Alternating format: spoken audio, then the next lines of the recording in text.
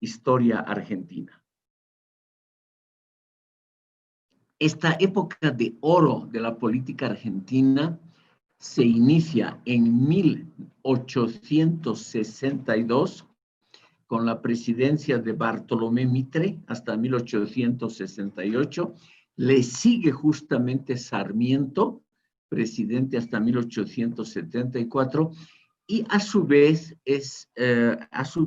a Sarmiento le sigue Nicolás Avellaneda, el gran educador y el que ha realmente introducido la escuela obligatoria, gratuita, mixta y laica en la Argentina, un ejemplo para América Latina. Se trata, por lo tanto, de una pléyade de pensadores liberales que han marcado, yo diría, han dejado su impronta, su huella en la constitución mental de la Argentina. ¿Por qué digo que Sarmiento tenía tendencias tecnocráticas como Condorcet y muchos franceses de la época?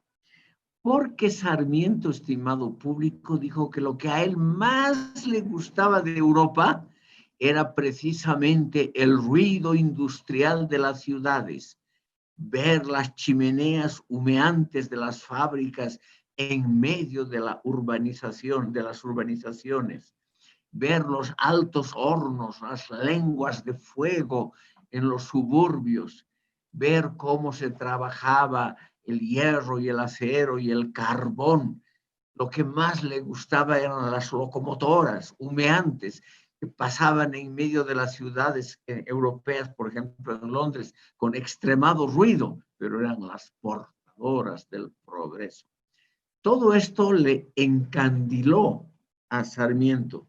Era un fanático del desarrollo que podríamos hoy llamar tecnocrático.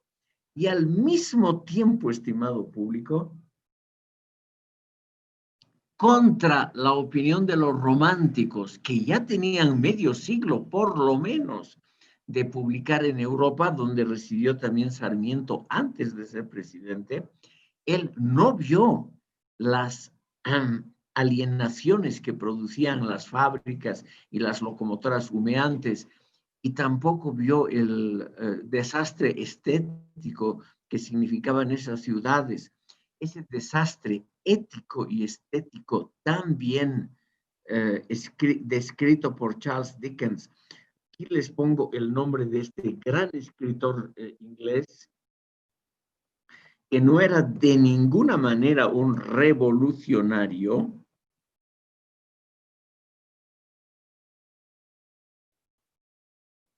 pero que supo captar como pocos el sufrimiento de los niños, de los abandonados, de los jóvenes y de las mujeres en medio del primer proceso de industrialización. Por lo tanto, aquí tenemos, estimado público, a un gran autor, no hay duda que su obra Facundo, Civilización o Barbarie, es uno de los primeros y más importantes esfuerzos de la ensayística argentina y latinoamericana en general.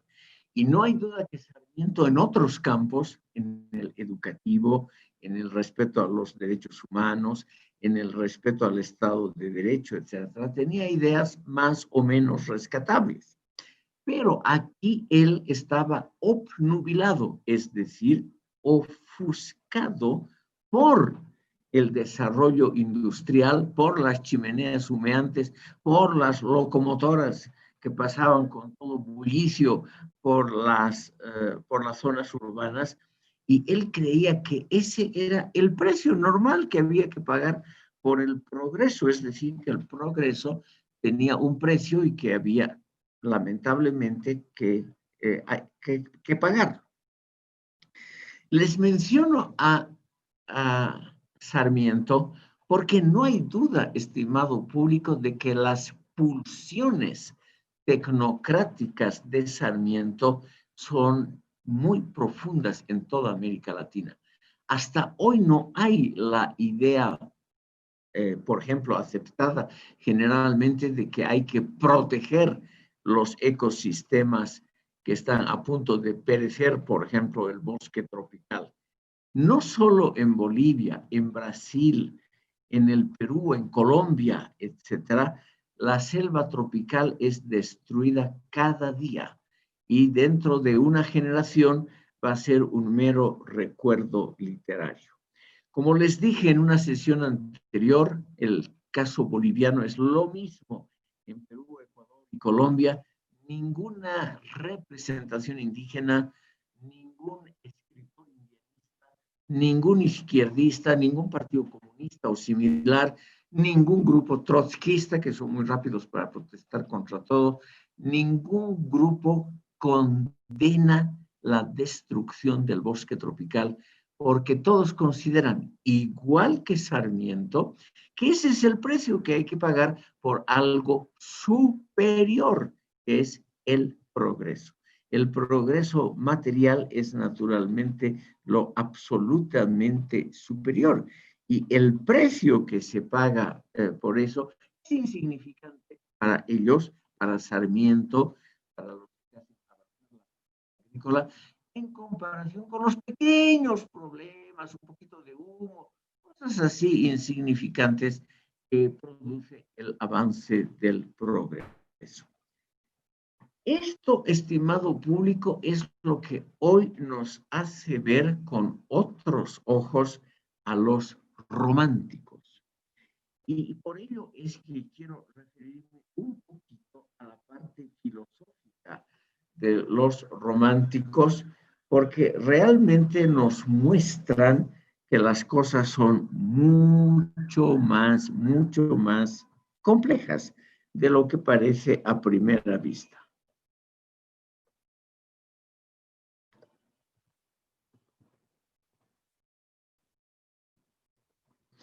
Hoy en día, la Escuela de Frankfurt está dirigida por el filósofo Axel Honneth, quien ha establecido una interesante teoría del reconocimiento, una teoría que a mí me parece valiosa y una complementación a buen nivel de lo que hizo la primera generación de la escuela, Marcuse, Fromm, Horkheimer, Adorno, y la segunda generación, Jürgen Habermas, quien vive todavía pero se ha dedicado a otros temas. En cambio, Axel Honneth trata de recuperar justamente a los románticos y a pensadores como Hegel, que ha estado por lo menos parcialmente bajo la influencia de los románticos. La tesis principal de Honneth es muy simple, además es una frase que se repite constantemente en los últimos años. Reconocer, estimado público, es la base de conocer y no al revés. Todos nosotros pensamos, por ejemplo, que un verbo simple viene mucho antes también en su significado que un verbo compuesto. O sea que conocer sería lo primario y reconocer lo secundario, lo que viene después de lo primario. Basándose en los románticos que vamos a ver en esta sesión, Honneth acuñó la famosa frase: para conocer adecuadamente cualquier cosa, tenemos primero que buscar reconocimiento. O sea, solo en una atmósfera donde el niño crece reconocido, es decir, arropado, protegido, amado y cuidado por los padres, donde recibe reconocimiento, es decir, legitimación como persona valiosa, recién esta cuestión del reconocimiento hace posible que el chico posteriormente pueda conocer, pueda hacer ciencia, filosofía, pueda usar actividades cognoscitivas. O sea, primero como base fundamental, estimado público, estaría la necesidad anímica de contar con una atmósfera general donde nosotros somos reconocidos, es decir, valorizados primariamente como seres humanos dignos de cariño y amor. Y recién cuando hemos recibido un suficiente reconocimiento es que podemos nosotros lanzarnos a la aventura de conocer científica y filosóficamente. Se trata obviamente de una opinión altamente controvertida. Los adversarios de Honneth le han señalado famosos ejemplos de pensadores que no tuvieron amor en la casa paterna, todo lo contrario, y que sin embargo resultaron brillantes pensadores. Los ejemplos más mencionados son los de Immanuel Kant y Arthur Schopenhauer, solamente para referirnos al ámbito de la lengua alemana. Entonces se trata, como todo lo que hacemos los seres humanos, de una teoría entre otras. No necesariamente, estimado público, esta es la verdad. Pero, ¿qué es lo que está detrás de esto? Detrás de esto existe una revalorización del movimiento romántico de la primera mitad del siglo XX. Ya les he comentado, estimado público, que este movimiento romántico tuvo sobre todo a literatos, músicos y pintores como representantes. Pero creo yo poder profesar la tesis de que muchas veces el arte y la literatura se adelantan a la filosofía. Se adelantan simplemente en el, uso la palabra a propósito, reconocimiento de la verdadera situación. Entonces, puede ser, es la teoría de Honneth y algo que está hoy muy en boga, puede ser que los románticos sirvan de complementación necesaria e indispensable del racionalismo, porque los románticos han hecho una triple hazaña, según Honneth y otros pensadores. Y esta triple hazaña es la que la he explicitado en la sesión anterior, pero no en forma sistemática. Permítanme, ustedes es una cosa de pocos instantes, permítanme nombrar los campos donde los románticos habrían realmente hecho aportes originales a la historia del pensamiento. En primer lugar, una justa, reitero el adjetivo calificativo, una justa reivindicación y revalorización de la Edad Media. Los románticos, estimado público, trataron también en el campo del arte, etcétera, de volver a construir como los de la Edad Media, el estilo neogótico, sobre todo para edificaciones civiles, no tanto ya para iglesias, porque se habían ya construido muchas.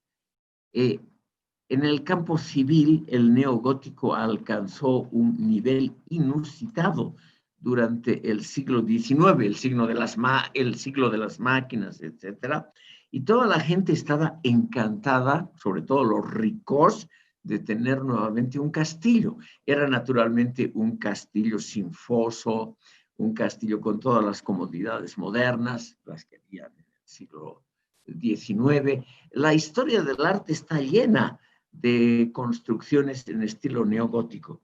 Y eso se debe a que los románticos han recuperado el valor artístico y el filosófico de la Edad Media. O sea, se han notado, por ejemplo, mucha gente de esa provenía de aldeas en el sur de Francia. O sea, estimado público, provenía también de lugares donde se había conservado algo de la mentalidad y del sistema medieval. En la sesión anterior ya les he puesto el nombre del más grande de estos literatos, porque no hay un filósofo que esté a esa altura.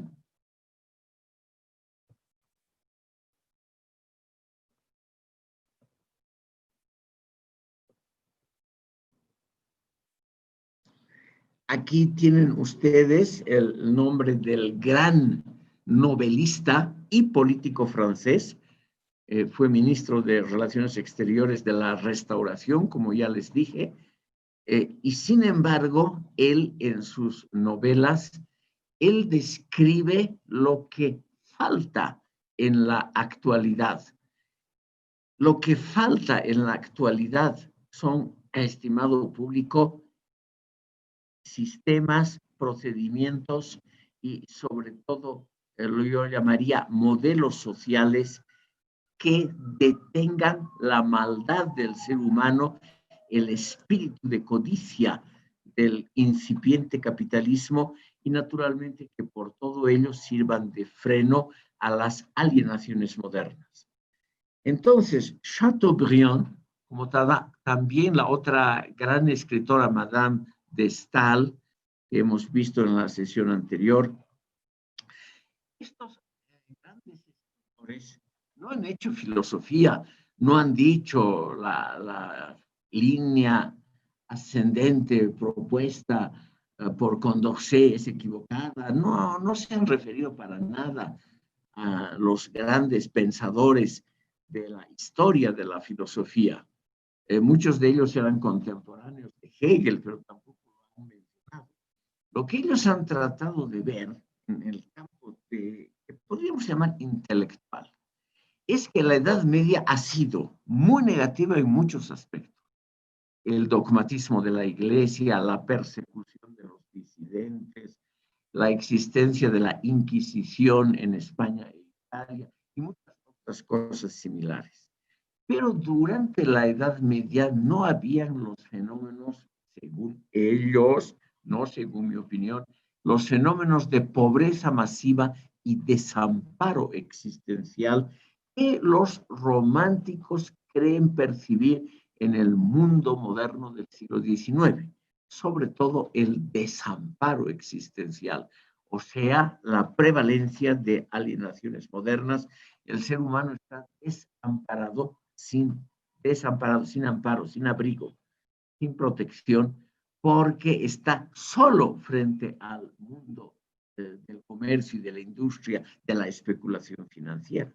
Entonces, al estar totalmente solo como individuo, se ve los factores negativos de ese individualismo y simplemente por contra se empiezan a ver nuevamente en forma positiva aquellos instrumentos de la Edad Media que servían para que el ser humano no se sienta del todo desamparado. Yo creo que esto, estimado público, es una construcción literaria. Yo creo que en la Edad Media también los pobres se sentían igual de desamparados que en la Edad Moderna. No creo que haya habido una gran diferencia.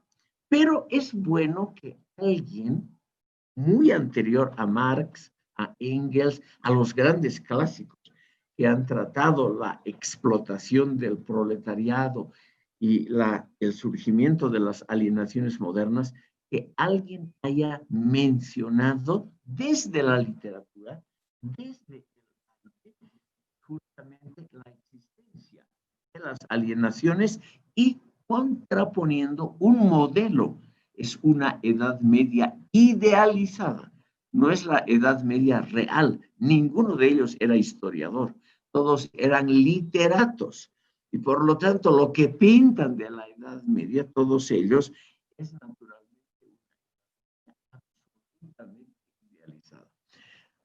Como yo sé que ustedes tienen a veces intereses literarios importantes, aquí también les escribo el nombre del más grande de los escritores británicos, un escocés, Sir Walter Scott, el autor de las grandes novelas ambientadas en la Edad Media, que en el siglo XIX tuvo una tuvo él un enorme éxito parecido a Dickens, pero mostrando los lados positivos de la Edad Media. Las obras de Scott han sido filmadas para los interesados. Siempre hay uno que otro interesado en la, por ejemplo, en el arte, en las películas. Perdón, aquí hay un error. Vuelvo a escribir porque sea...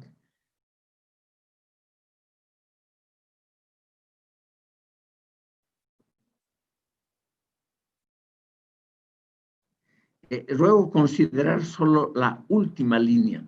La primera tiene un error de typeo. Esta novela es filosóficamente interesante porque no exagera al pintar positivamente la Edad Media, pero se nota muy claramente que él trata de recuperar algo de esa Edad Media. Creo que Rubén Rojas quiere decir algo. ¿Sí? No sé. Bueno, entonces, Ivanhoe, estimado público, es una historia que transcurre en la Edad Media. Y esa historia es para nosotros interesante porque actúa muy cuidadosamente. Es decir, Sir Walter Scott por eso es un absoluto clásico, porque él nos muestra que la Edad Media también tenía muchos problemas, pero no tenía el desamparo existencial. La gente conocía su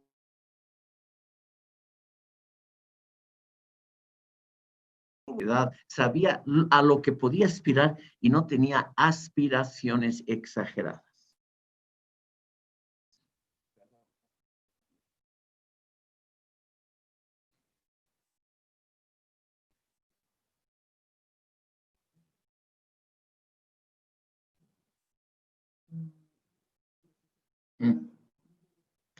Señor Rojas, si usted quiere decir algo, noto una mano levantada junto a su nombre.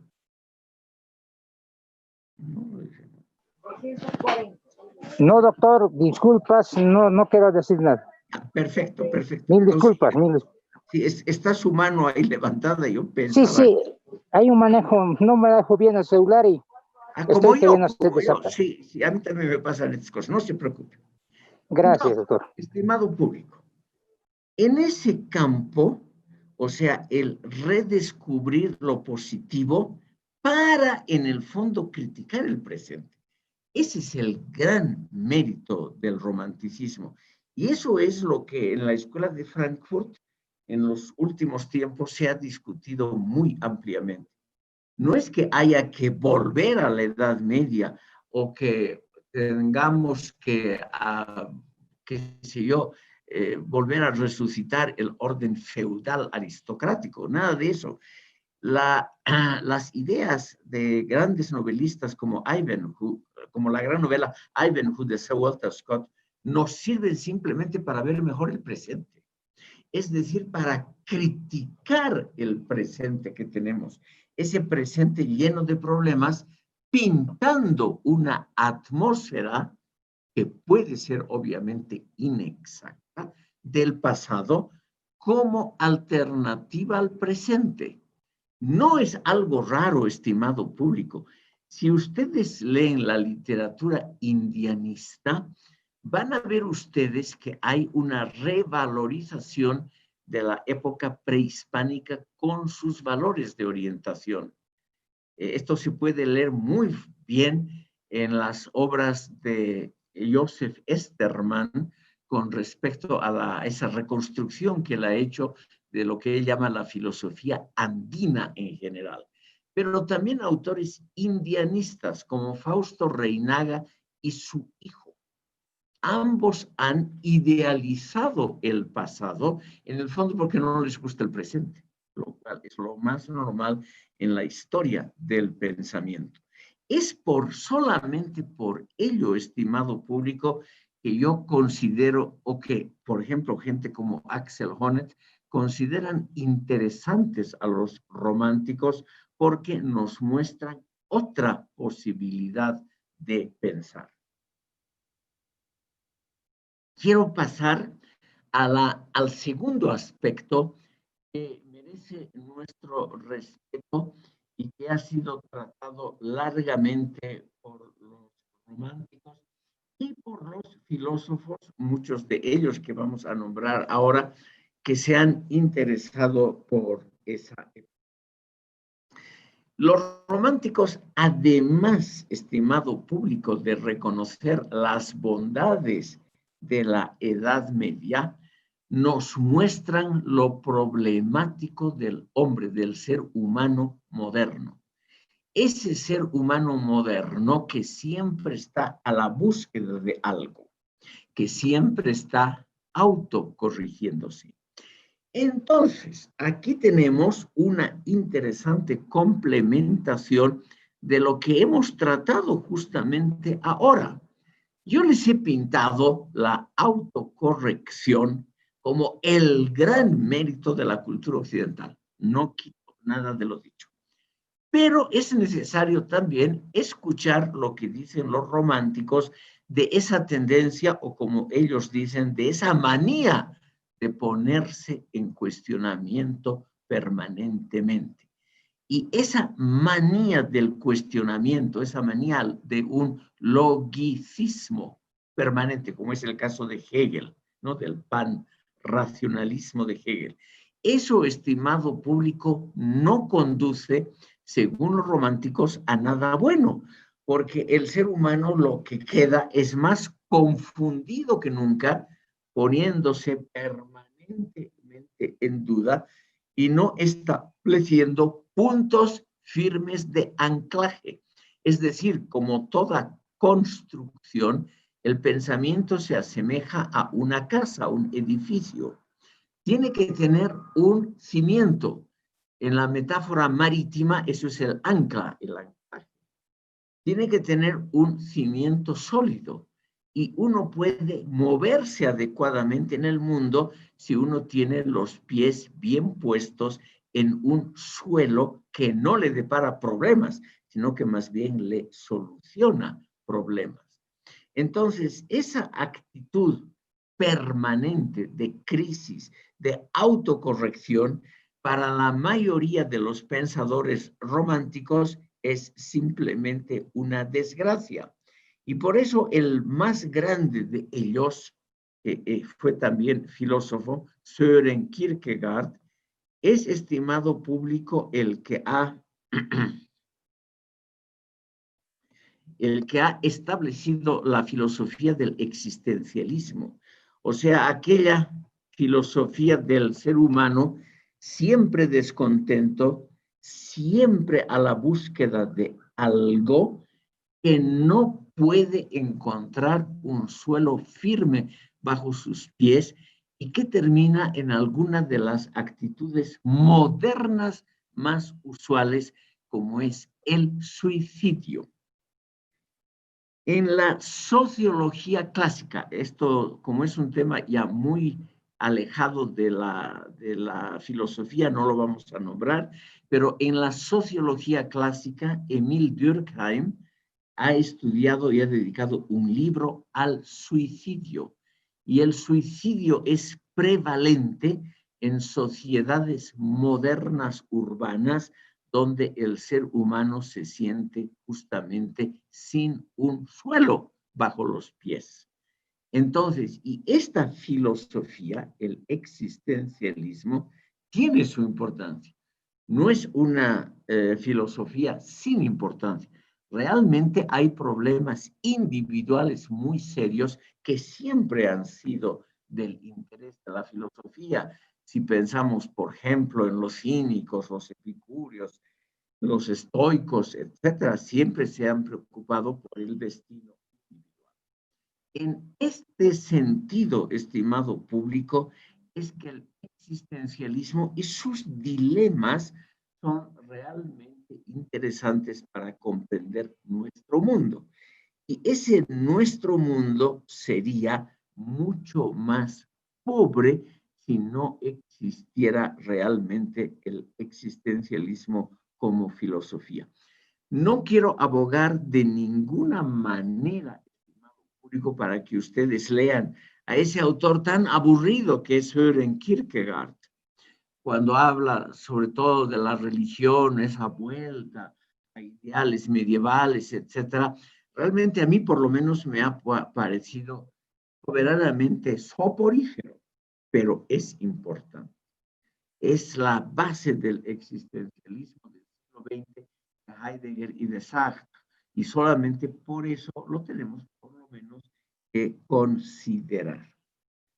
Vamos a ver, estimado público, el tercer elemento. El primero, como les dije, es el intento de recuperar un sentido de la vida, un sentido que solamente se puede tener si uno conoce cuál es su lugar en el mundo. El segundo es la falta de un suelo sólido en religión, en pensamiento y demás, que los autocorrectivos no tienen, los que siempre dudan de sí mismos, los que hacen avanzar la ciencia, obviamente, dudando, experimentando, etcétera, pero estos son patológicamente infelices. Y eso es algo que no podemos naturalmente aceptar. El tercer aspecto lo hemos ya tratado muy brevemente. Escribo aquí el nombre del más grande de estos pensadores.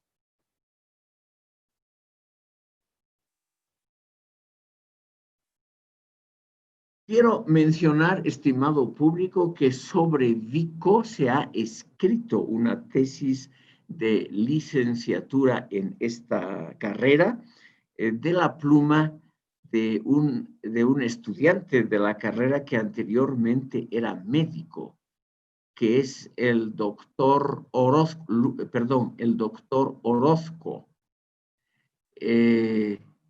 No me acuerdo exactamente del nombre, me voy a acordar hasta el final de la sesión. Es un estudiante muy interesante que nos ha acompañado en los últimos años, creo que ya es licenciado, y que ha escrito una tesis sobre Vico, que es bastante original. Hay también un renacimiento de este autor, debido a que algunos pensadores importantes como Isaías Berlin, también voy a escribir el nombre, lo han puesto de moda en los últimos años.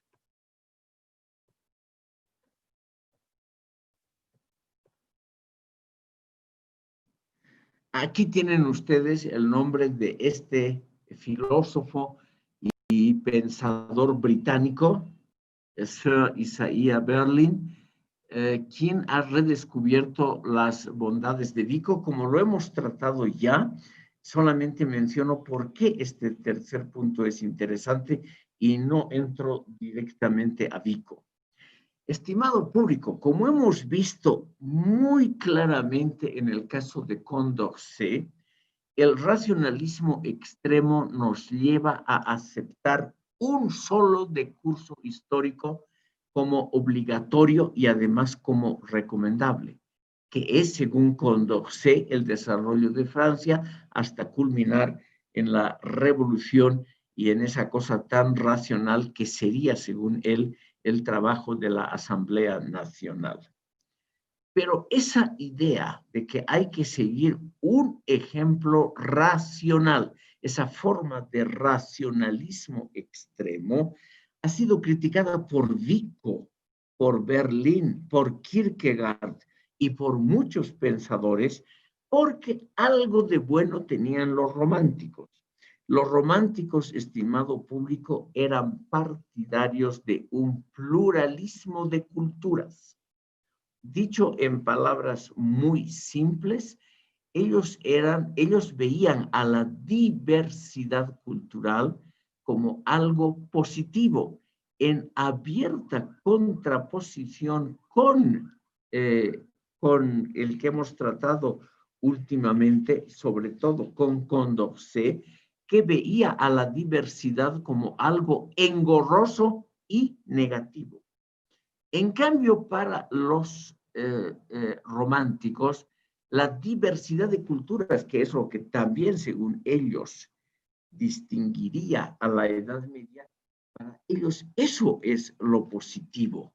O sea, lo positivo es tener varias soluciones, no solamente la por los racionalistas, sino varios modelos también de organización social.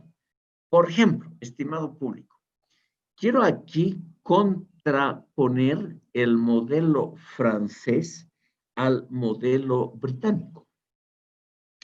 Los franceses, a partir de 1789, crean un sistema estrictamente racionalista de administración pública que permanece hasta hoy.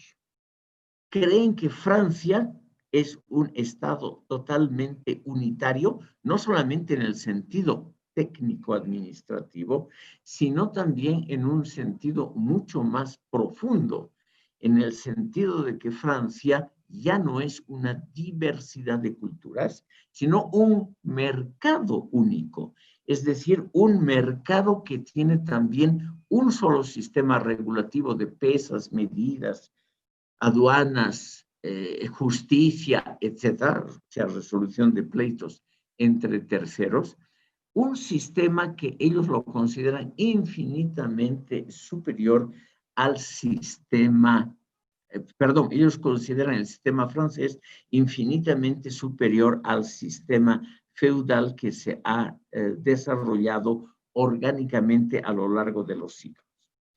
Y aquí tenemos que rescatar muy brevemente la obra de uno de los grandes pensadores británicos, quien ya en 1790, o sea, muy poco después del inicio de la Revolución Francesa, escribe su famosa obra Consideraciones sobre la Revolución en Francia.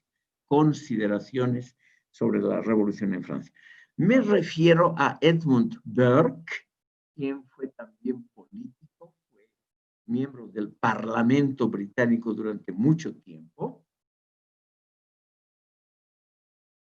Y este Burke, estimado público, mostró que el sistema francés de tratar de reconstruir toda la sociedad según principios racionalistas, o sea, la división administrativa, la justicia, la configuración del ejecutivo, todo, el sistema escolar, etcétera, etcétera, que todo eso llevaba naturalmente a una armonización de las instancias estatales y también llevaba a, pero que también llevaba a una pérdida del sentido de localidad y provincia que tenemos los seres humanos. Es, estimado público, un claro alegato en favor de la provincia, de lo provinciano, de lo diferente a lo capitalino. Es decir, lo que hace Edmund Burke en sus consideraciones sobre la Revolución Francesa, no solo está indignado porque han atentado contra los derechos del rey, etcétera, etcétera, sino está sobre todo indignado porque él cree que la vida humana no puede reducirse a un laboratorio de ciencias naturales. En un laboratorio de química es que se puede ordenar todo y se puede tratar de obtener el máximo resultado mediante experimentos. Pero Burke, que es un humanista, nos dice, no podemos someter a la sociedad a un sistema experimental, porque en los sistemas experimentales corre sangre, hay víctimas. La vida humana vale algo más que la construcción de un sistema racional de administración pública. Es la idea de él. La idea de Burke es que y ha sido realmente un precursor en todo sentido, se ha anticipado a lo que ha venido después, porque él publicó el libro, o sea, lo escribió antes, en 1790, a un año de la Revolución Francesa. Y sin embargo, la época de la sangre, la época del terror, empezó recién en 1792. O sea, realmente podríamos decir, un vidente, un tipo que se anticipa a la sociedad.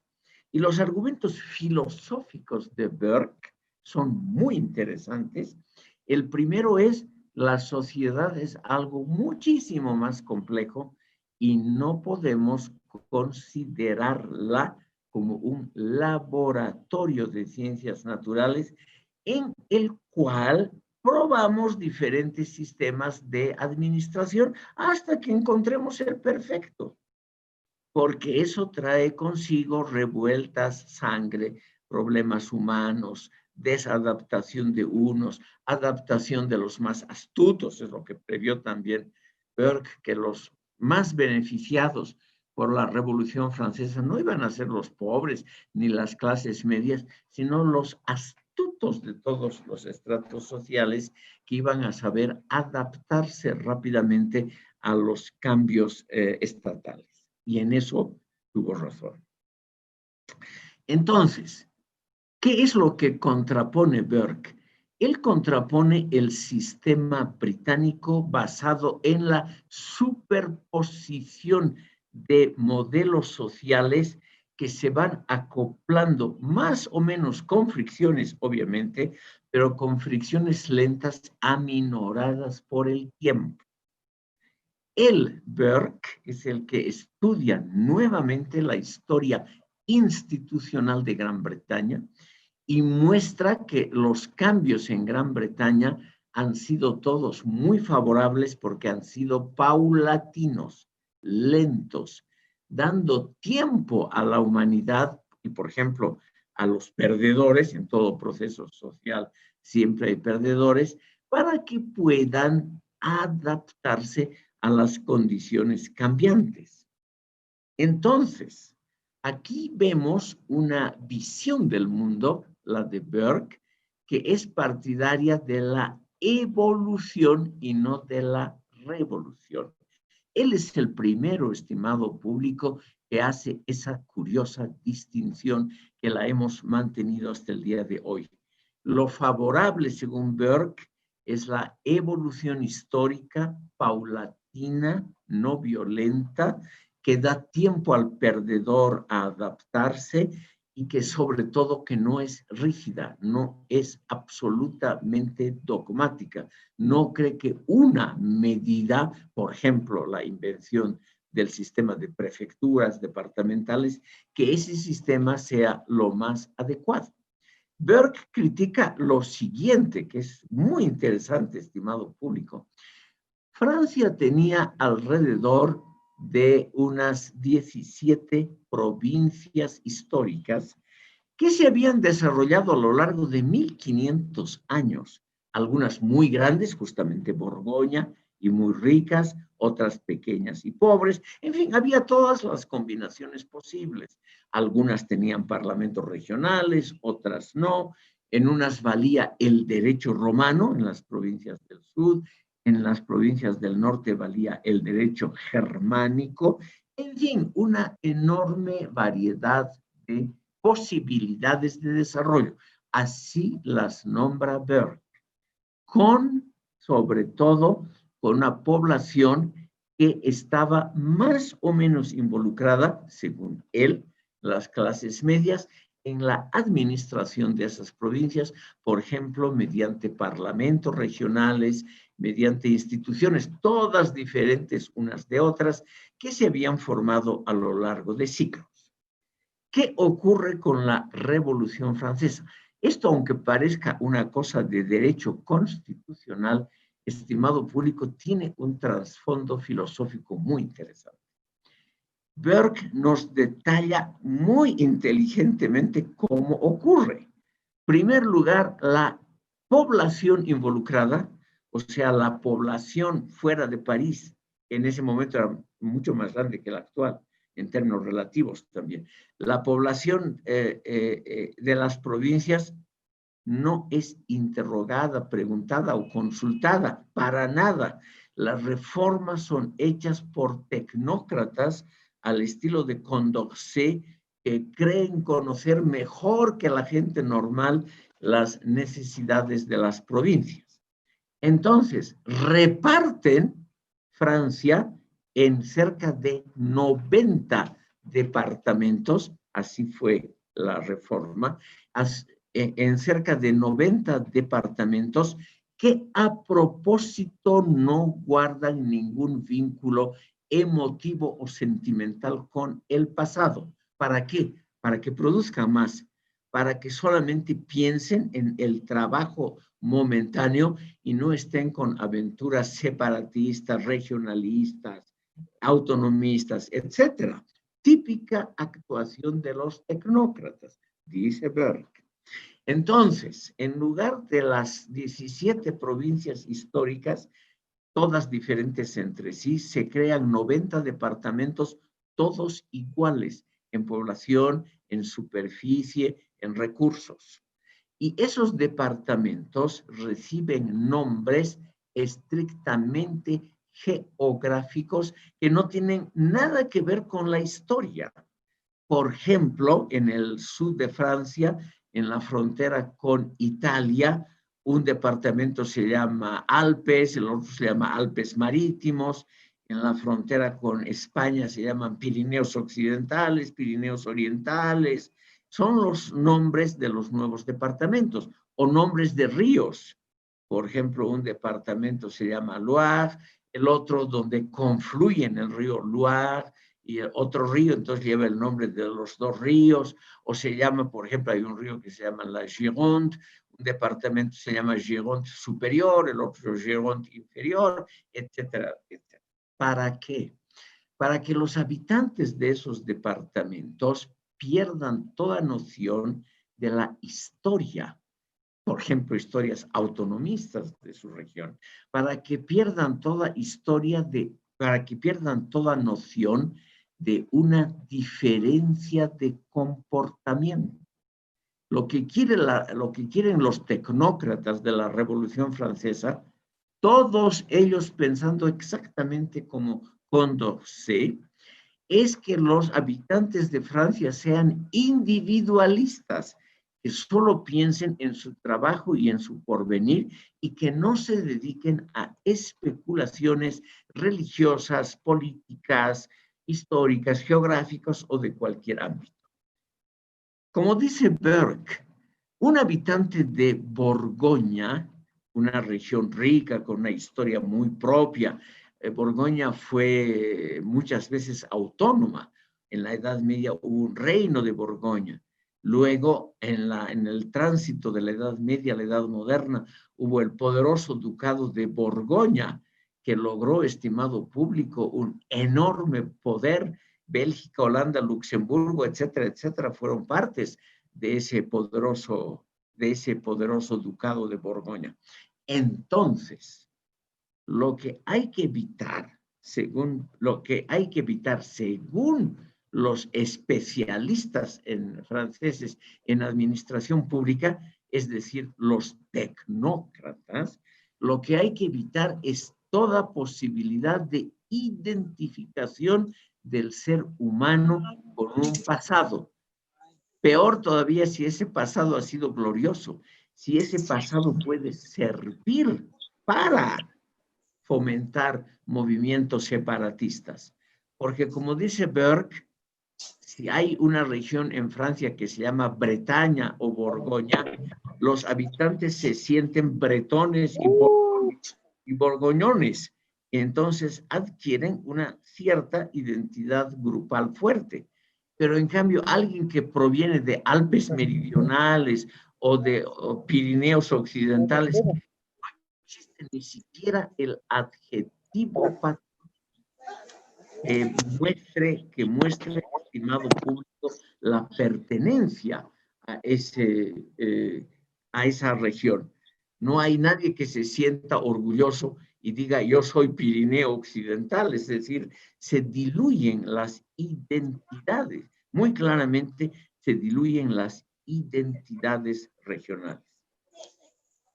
Y al suprimir, aquí viene el aspecto filosófico, al suprimir las identidades regionales, lo que se hace, estimado público, es claramente uniformar al género humano. Y eso, estimado público, es lo que critica Burke. La crítica de Edmund Burke nos puede parecer hoy una crítica proveniente de un estrato, digamos, privilegiado, y una crítica que está fundada en el pasado.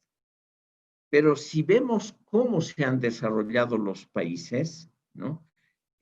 También se podría pensar, estimado público, que aquellos países que tienen, como Alemania o Suiza, que tienen divisiones internas sólidas, fundamentadas por una vieja historia, que eso no es de ninguna manera un obstáculo al Estado nacional.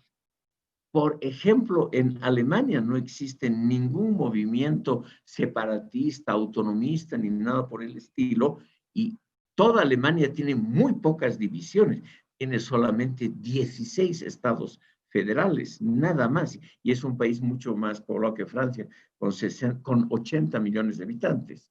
Y sin embargo, no hay el más remoto peligro de una secesión, es decir, de una separación, digamos, de Baviera, que es el estado más claramente diferenciado dentro del panorama alemán. Lo mismo puede decirse en Austria o en Suiza, países federales que han conservado estrictamente su división medieval, mejor dicho, su división histórica, en el caso suizo, en cantones que se han formado a lo largo de un larguísimo proceso evolutivo.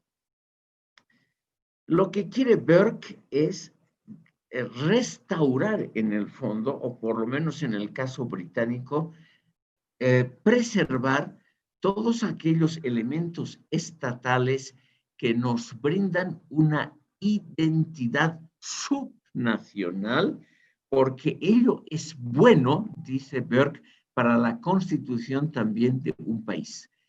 Y unas identidades subnacionales que tienen algún peso son naturalmente, estimado público, una pluralidad de opciones. Es por eso que esta idea es interesante, porque sin renegar de ninguna manera, Burke se sentía totalmente británico y no quería para nada dividir a la Gran Bretaña, pero él se da cuenta, estimado público, de la absoluta necesidad de tener también la diversidad. Y la diversidad se explica y se manifiesta mediante límites, por ejemplo, límites regionales.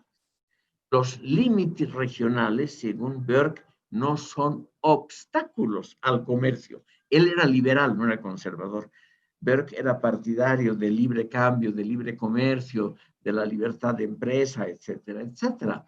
Y él simplemente nos dice la existencia de límites regionales, de identidades autónomas en la provincia. Eso de ninguna manera es un obstáculo al comercio y al progreso.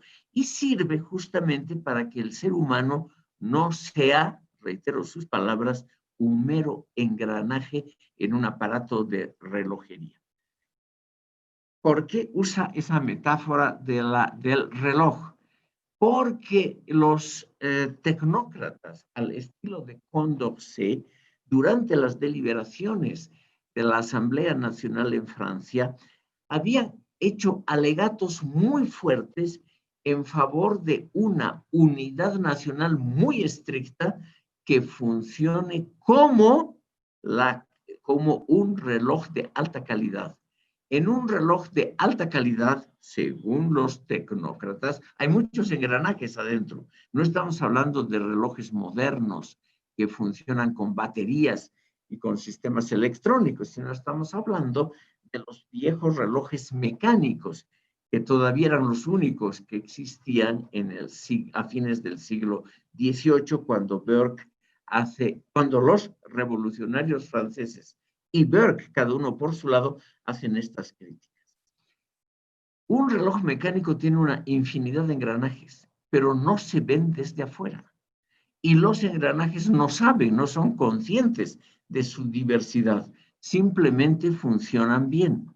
Entonces, un reloj que funciona como una máquina exacta y precisa, el Estado, esta máquina, estimado público, tiene en su interior a seres humanos que son engranajes que coinciden perfectamente unos con otros, pero que no tienen identidad, no tienen algo que los diferencie unos de otros, que los distinga como seres humanos que son autónomos y diferentes.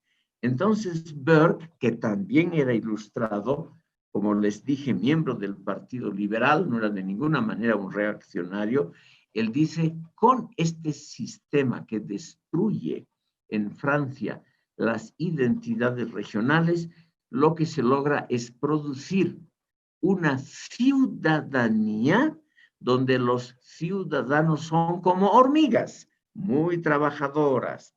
Las hormigas son y las abejas son el ejemplo, estimado público, de algo que funciona bien si se lo deja en libertad. Un panal de abejas o un hormiguero funciona perfectamente, pero las pobres abejas no tienen conciencia de sí mismas, son simplemente como engranajes de un gran aparato. Y ese es el tercer punto, ¿por qué el problema de las identidades regionales y de la diversidad es tan importante para los románticos? Porque ellos lo que quieren es impedir que la sociedad moderna se constituya en una máquina bien aceitada, como un reloj de alta calidad, cuyos engranajes sean los seres humanos. Como ven ustedes, los románticos logran articular en estos tres campos algunas críticas muy interesantes al mundo que se estaba iniciando. Y el mérito de ellos, y aquí esto sí que quiero subrayar enfáticamente, estimado público, lo notable de estos pensadores románticos es que lo hacen cuando recién se vislumbra un poquito cómo va a ser ese mundo moderno. En 1790, en Gran Bretaña ya hay industrias, pero son todavía pocas. El proletariado en las ciudades, ese proletariado escrito brillantemente por Dickens, que sufre cada momento las alienaciones modernas, recién está en formación. Alemania todavía no existe. En Francia y en Gran Bretaña, en Holanda y Bélgica, recién se encuentra en formación esta sociedad moderna. Y sin embargo, estos señores, Burke y los otros, se adelantan a su tiempo. Por eso es que merecen nuestro respeto, estimado público, porque realmente, teniendo muy pocos elementos a mencionar, se atreven a sistematizarlos, se atreven, como lo ha hecho Burke en su libro Consideraciones sobre la Revolución en Francia, se atreven, estimado público, a hacer consideraciones de especulación, especulativamente, en el campo de la filosofía de la historia, pero son especulaciones que han sido demostradas, aunque sea no del todo, pero por el desarrollo histórico posterior. Ese es el gran mérito de los románticos que Axel Honneth actualmente los está por ello revitalizando. Y aquí debemos ver, estimado público, que el gran ensayista, que me parece uno de los pensadores más interesantes, el gran liberal argentino, no percibió. Como les decía, él tenía una opinión excesivamente positiva de las chimeneas humeantes del mundo industrial, de la aparición del proletariado urbano, etcétera, etcétera. y él creía que eso era el progreso social e histórico. Y él no vio lo que significaba realmente trabajar bajo el humo. Él naturalmente vio de lejos toda esa. Él no vivió en los suburbios industriales de París y de Londres. Él estuvo muy lejos de esa vida. Pero él hubiera podido percibir algo porque había ya mucha literatura. Cuando él escribió Facundo, Revolución o Barbarie, más o menos en la séptima década del siglo XIX, ya habían sido publicadas varias obras de Marx, también traducidas al francés y al inglés, que eran los idiomas que leía Sarmiento. Pero aún si dejamos de lado las obras clásicas marxistas, ya había Charles Dickens, el gran literato, ya había Burke, es decir, ya había una notable producción crítica acerca de los estragos que causaba la modernidad. Y lamentablemente el gran liberal argentino Domingo Faustino Sarmiento y la tendencia, esa poderosa tendencia liberal, no vio esos lados negativos asociados a la modernidad. Por eso es que tenemos, estimado público, por eso es que hemos echado un vistazo aquí a los románticos para que vean en primer lugar la diversidad de su pensamiento y su aspecto premonitorio y anticipatorio. En los minutos que faltan vamos a esbozar cómo va a ser este curso seguidamente. Vamos a ver, estimado público, cómo en el siglo XIX la filosofía presenta respuestas al mundo moderno. Vamos a ver muy brevemente, porque eso lo deben conocer ustedes mucho mejor que yo, el aporte de los socialistas. Pero vamos a ver también algunos aportes no tan conocidos sobre el mundo moderno. Vamos a ver sobre todo a Arthur Schopenhauer, ese adversario de Hegel, ese personaje tan raro que en el siglo XIX era prácticamente desconocido y que recién en el XX ha tenido su época de gloria. Vamos a ver, por lo tanto, a Schopenhauer.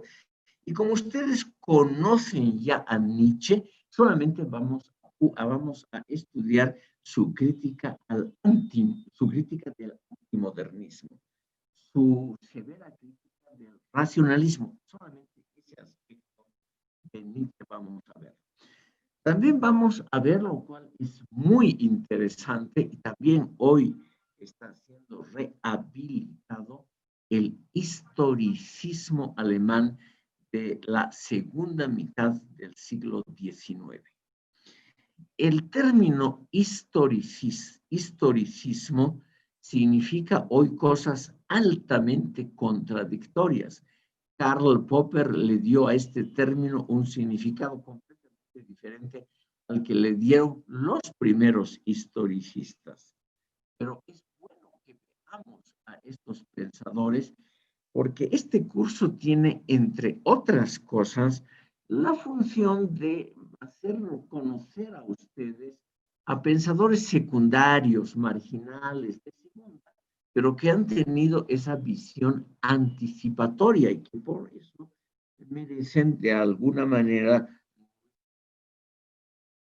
Vamos a ver a los historicistas y luego vamos a considerar, estimado público, los inicios de las ciencias sociales y lo que éstas significan para el quehacer filosófico. Ahí vamos a ver cómo se ha propuesto una filosofía de la historia diferente de la de Hegel, Marx, Kant y Condorcet, y cómo esa filosofía de la historia tiene todavía un sentido que podemos aprovecharlo hoy.